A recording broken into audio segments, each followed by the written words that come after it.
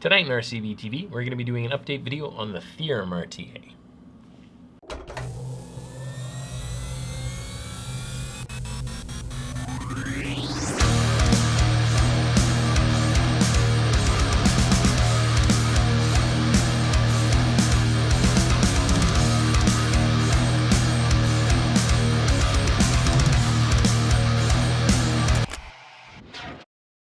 Alright, so in our previous video about the Theorem RTA, the breakdown of it, we basically said that as the device starts getting used by people, a couple of unique tricks or better ways to build it and stuff kind of starts to come out. So in this video, I'm going to be talking about 3 of those things.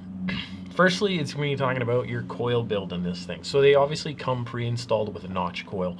What a lot of the employees at RCV have found is that the notch coil seems to have a very, very short ramp-up time, which is awesome. But what the problem is, it was burning people's cotton relatively easily, so you couldn't take the thing up to a higher wattage, and you couldn't just get that nice long haul that you used to take on different tanks and stuff like that. So what a lot of us have been doing is doing a dual vertical build of some form. Myself, it might be kind of hard to see on the camera there, but I have 2 22 gauge coils, 7 wraps around a 3mm mounted here. What a couple of the other employees have been using is going to be the panic coils. They've been using, I believe it was the cricket ones, so the green panic coils, taking a wrap off of each side, and they managed to get those in there vertically as well. And that's been working wonderfully because the ramp up time is a little bit slower, so you get a lot more heat over a longer period of time rather than a lot of heat in a really short period of time like the notch coils. The other things I was going to mention were going to be both involving the indestructible RTA, also made by Jabo and Wismec. Now, what that's going to be about is the O-rings. So you might have noticed in that up-close look, once again, there's O-rings on mine, but they're black. The ones that the Theorem actually comes with are almost like a cyan blue, kind of like the rouleau. They work well. They work perfectly fine. But if you want to customize your Theorem, try the indestructible O-rings, because there's not aftermarket O-rings for this thing available yet.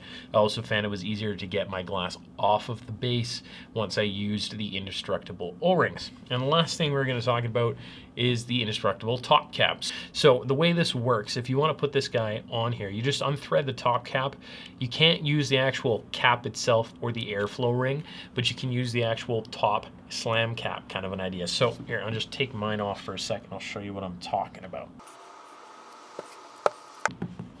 So off comes the airflow ring, off comes your top cap, and then this guy I'll actually just thread right on top of it.